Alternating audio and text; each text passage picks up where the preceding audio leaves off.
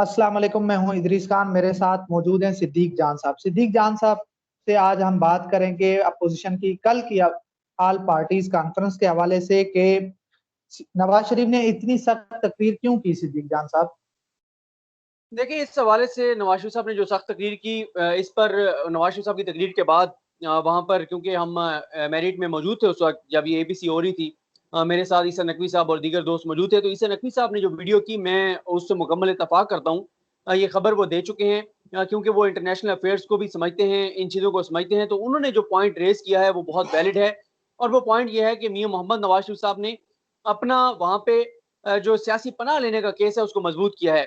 एक बात ज़हन में रखें कि जब भी कोई किसी और मुल्क में सियासी पनाह लेना चाहता है, तो उसको ये बात एस्टेब्लिश करनी होती है, उसको ये बात बतानी होती है कि मैं अगर अपने मुल्क में जाऊँगा तो मेरी ज़िंदगी को खतरा है। और जो पाकिस्तान से जो लोग सियासी पनाह लेते हैं दूसरे मुल्कों में, उनको उस वक़्त सियासी पनाह मिलती है जब वो ये एस्टेब्लिश करते हैं कि सबसे ज़्यादा प्रायोरिटी उन लोगों को दी जाती है, जो उन मुल्कों में ये एस्टेब्लिश कर देते हैं कि उनको पाकिस्तान की फ़ौज से खतरा है, उनको पाकिस्तान की फ़ौज, क्योंकि वो जब फ़ौज के खिलाफ बात कर रहे होते हैं, फ़ौज के खिलाफ गालम-गलोच कर रहे होते हैं, फ़ौज पर इल्ज़ामात लगा रहे होते हैं, और कोई फ़ौज की तरफ से भी कोई इस तरह का एक्शन होता है, कोई कार्रवाई होती है, तो उनका केस जो है वो बहुत मज़बूत हो जाता है। नवाज शरीफ साहब ने ये जो सख्त तकरीर की है, जिसमें उन्होंने फ़ौज पे इल्ज़ामात लगाए हैं, इल्ज़ामात की भरमार की है, जिसमें उनका पूरे का पूरा निशाना जो है वो पाकिस्तान की फ़ौज थी। इस वक़्त अगर आप सिनेरियो समझें, तो इस वक़्त पाकिस्तान के ऊपर जिस तरह के हमले हो रहे हैं, जिस तरह से पाकिस्तान को कमज़ोर करने की कोशिश की जा रही है, इस वक़्त जो क़ाविशें और कोशिशें हो रही हैं इंटरनेशनल एस्टेब्लिशमेंट की और हमारे दुश्मन ममालिक की, चाहे वो भारत हो, दीगर ममालिक हों, उनके निशाने पर है पाकिस्तान।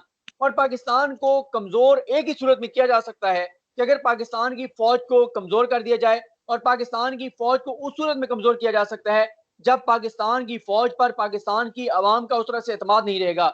जो भी पाकिस्तान की फ़ौज को कमज़ोर करना चाहता है, उसके लिए ज़रूरी है कि फ़ौज और अवाम के दरमियान इख्तिलाफ़ात पैदा किए जाएँ, अदम एतमाद का रिश्ता पैदा किया जाए। क्योंकि एक बात ज़हन में रखिए इदरीस जाकर साहब, पाकिस्तान का जो फ़ौजी जवान पाकिस्तान के किसी भी महाज पर खड़ा होकर लड़ता है, तो उसके पीछे अगर कोई कुव्वत और ताकत होती है, तो वो अवाम की मोहब्बतें होती हैं, अवाम बिल्कुल का एतमाद होता है, और अवाम की मोहब्बतें और एतमाद उसको ये जज़्बा देती हैं कि वो अपनी जान की परवाह किए बगैर वो लड़ता है, और वो अपनी जान भी कुर्बान कर देता है।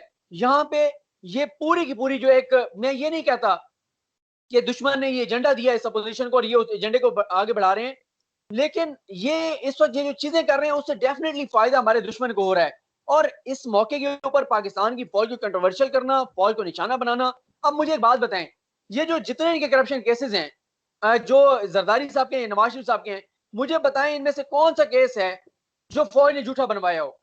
इनका बिल्कुल इल्ज़ा इनका एतराज़ सिर्फ़ ये है, ये कहते हैं कि करप्शन तो हम पहले भी कर रहे थे, लूट-मार तो हम पहले भी कर रहे थे, लंदन फ्लैट्स तो 1990 में लिए थे, 1993 में लिए थे, आज से ऐसा समझिए कि 27 साल पहले लिए थे, 25 साल बाद यानी 2018 में फैसला आया ना, वो कहते हैं दो 25 साल बाद ही क्यों हमारे खिलाफ फैसला आया है।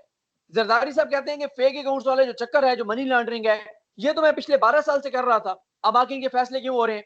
वो ये कहते हैं कि हमारी करप्शन और लूट-मार को इसलिए पकड़ा गया है, उसके खिलाफ इसलिए कार्रवाई की जा रही है क्योंकि फौज हमारे खिलाफ हो गई है। वो ये नहीं कहते कि हमने करप्शन नहीं की, वो ये नहीं कहते कि हमने लूट-मार नहीं की। उनको भी पता है कि उन्होंने करप्शन किया, उनको भी पता है उन्होंने लूट-मार किया है।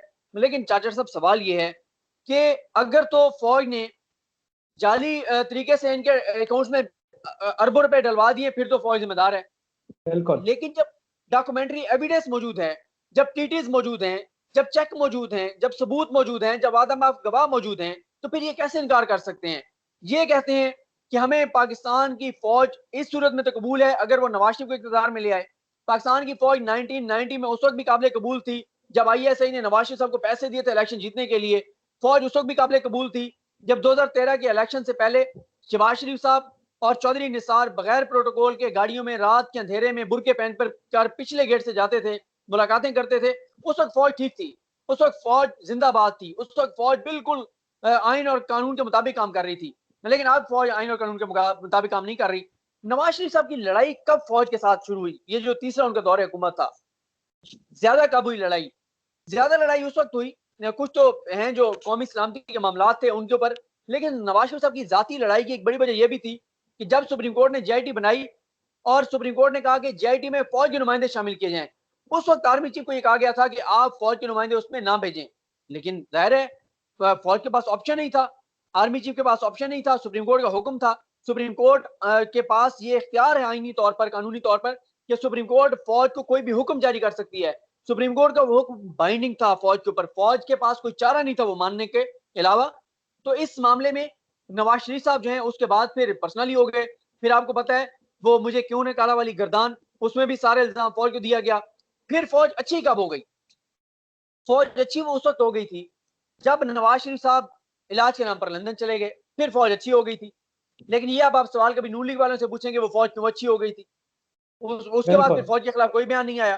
फिर क्या हुआ? फिर जब नवाज शरीफ साहब के केसेस दोबारा आगे बढ़े, जब एहतसाब अदालत से उनको इश्तिहारी करार दिया गया, जब इस्लामाबाद हाई कोर्ट से उनको मफरूर करार दिया गया और इश्तिहारी करार देने का प्रोसेस शुरू किया गया, फिर नवाज शरीफ साहब ने शहबाज शरीफ साहब के जरिए उधर पैगाम भेजा कि सर जी ये हमारे ऊपर शफकत करें, मेहरबानी करें, नवाज शरीफ साहब के खिलाफ फैसले आने शुरू हो गए, को मेहरबानी करें। जब उन्होंने लिफ्ट नहीं कराई, उन्होंने इंटरफेयर नहीं किया, उन्होंने इदारों के ऊपर दबाव नहीं डाला, तो उस वक्त फिर नवाज शरीफ साहब जो है उनके ऊपर चढ़ दौड़े। तो बात है जाती मफादात का, करप्शन केसेस का, लूट मार का, मनी लॉन्ड्रिंग का, चोरी चकारी का, ये सारा मामला है। अगर फौज आज भी कह दे कि हम नवाज शरीफ साहब के केसेस मैनेज कर लेंगे, तो पाक फौज जिंदाबाद होगी। वरना मुझे बताएं कि नवाज शरीफ जो कह रहे हैं कि 73 साल से खिलवाड़ हो रहा है और ये हो रहा है वो हो रहा है, ये तो नवाज शरीफ साहब ने हमें बात 2018 में नायल होने के बाद भी बताई थी, 2017 में। उसके बाद फिर क्या होता है? उसके बाद जनाब 2000 ये अभी 2020 में आके और आर्मी चीफ की एक्सटेंशन के हवाले से जो कानून साजी होती है उसमें नून लीग वोट डालती है, तो ना डालते ना वोट, क्यों डाले थे? फिर फैसल वाटर साहब ने ठीक किया था ना, जब उन्होंने बूट लाकर और काशिफ अब्बासी साहब के टेबल पे रख दिया, तो उन्होंने कहा जी ये कहते हैं हम वोट को इज्जत देंगे, ये बेसिकली बूट को इज्जत दे रहे हैं।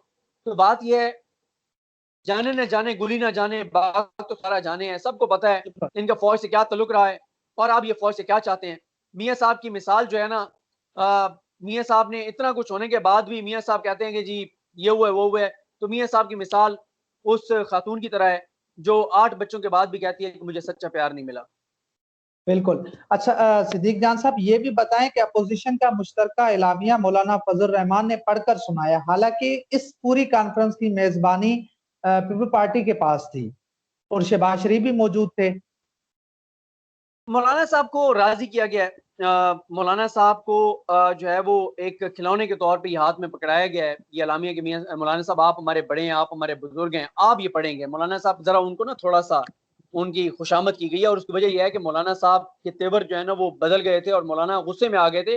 वो जो 40 सेकंड का क्लिप भी आया उनका, जिसमें मौलाना साहब ने कहा कि मैं शिकवा करता हूँ बिलावल से कि मेरी तकरीर लाइव नहीं दिखाई गई, और उसके बाद फिर बड़ी ऑकवर्ड पोजीशन थी। उस वक्त हमने ये भी देखा कि मरियम औरंगजेब साहिबा और श्री रहमान साहिबा जो है वो बड़ी तसलियां और बड़ी जस्टिफिकेशन दे रही थी, वजाहतें दे रही थी। तो उसके बाद मौलाना साहब को राजी करने के लिए मौलाना साहब की खुशामद की गई कि मौलाना साहब आप ये क्या बात है, मौलाना साहब आप हमारे बुजुर्ग हैं, मौलाना साहब आप नहीं क्यादत करनी है, मौलाना साहब आप क्या, हम आपके खादिम, हम आपके नौकर। मौलाना साहब ऐसा ही है। ये बयानिया, ये जो ये है ना एलामिया है, मौलाना साहब ये आपने पढ़ना है, ये आप ही पढ़ सकते हैं मौलाना साहब, इस वक्त आप ही हैं जो हमारे बड़े हैं मौलाना साहब, या इतने में मौलाना साहब राजी हो गए।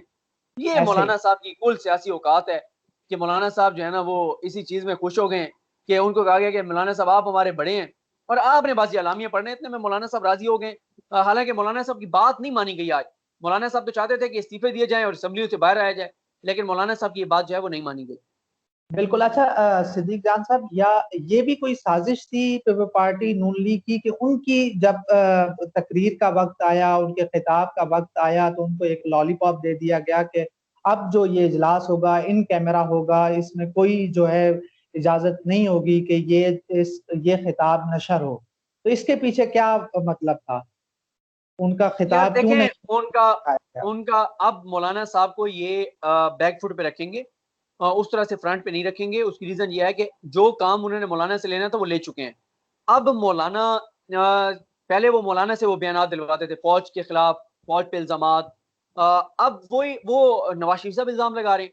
उनको एक बंदा ही चाहिए था ना इल्जाम लगाने बिल्कुल। के लिए, वो अब नवाज शरीफ लगाएंगे। तो मौलाना साहब अब अपोजिशन के लिए भी इररेलेवेंट हो गए और सिर्फ मौलाना साहब की दोबारा अहमियत उस वक्त होगी जब अपोजिशन वाकई ये समझेगी कि हमने लॉन्ग मार्च करना है और हमें मदरसों के बच्चे चाहिए, तो फिर मौलाना साहब जो है वो गुड बुक में आ जाएंगे अपोजिशन।